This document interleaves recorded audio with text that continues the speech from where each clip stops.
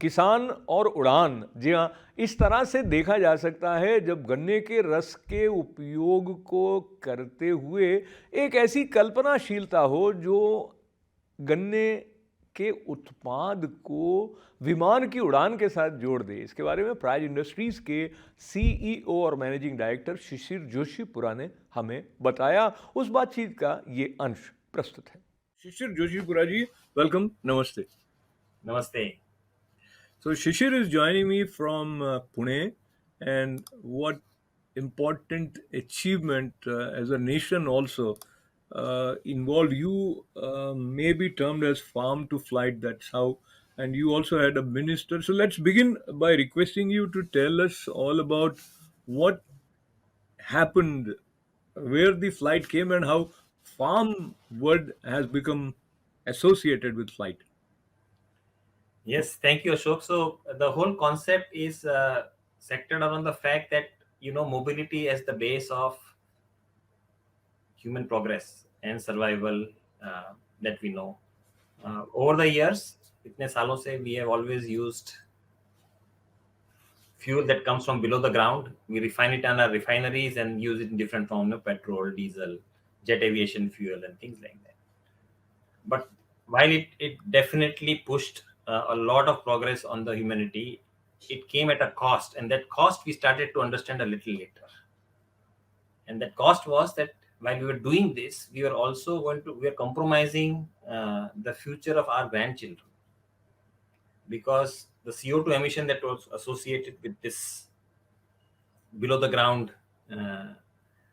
CO carbon that was being released in the atmosphere with the use of those fuels was leading to a phenomena of climate change and global warming. And now, therefore, a big effort is globally underway. How can we reduce the carbon dioxide emission even as we do not compromise on our ability to move and be mobile and actually be even more mobile than we have been in the past? So, under that concept, as a company, Praj Industries, where I work, we have been working at this concept for many years, almost since our inception 40 years ago, where the concept of mobility for us meant, can we not find sustainable fuels which do not pollute, which do not create this CO2 emission? And that is how our company has progressed over the period of time. We have installations of our technology and plants in over 100 countries now, including United States. And what we are working on, therefore, is this whole concept of mobility on surface, which is the cars and four-wheelers and trucks that we see on the road.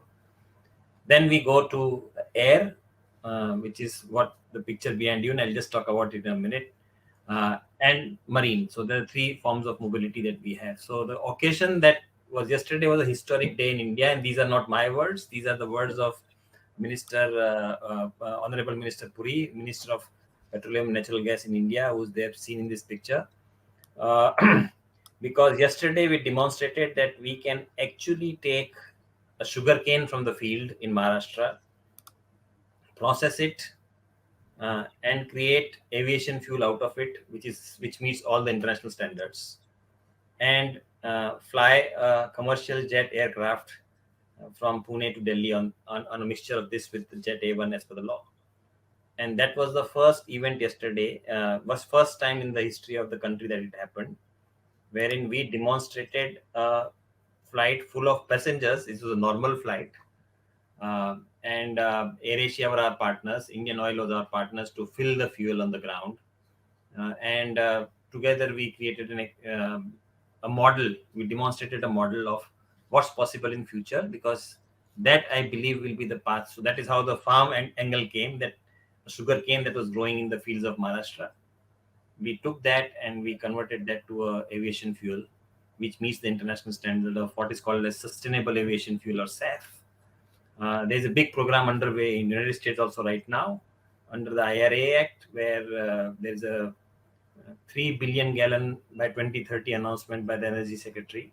I was in Pittsburgh last year when this announcement was made. So the world is moving to create more sustainable aviation fuel so that we reduce the CO2 emission and we create a more sustainable future. And we don't borrow from our grandchildren their future and live today.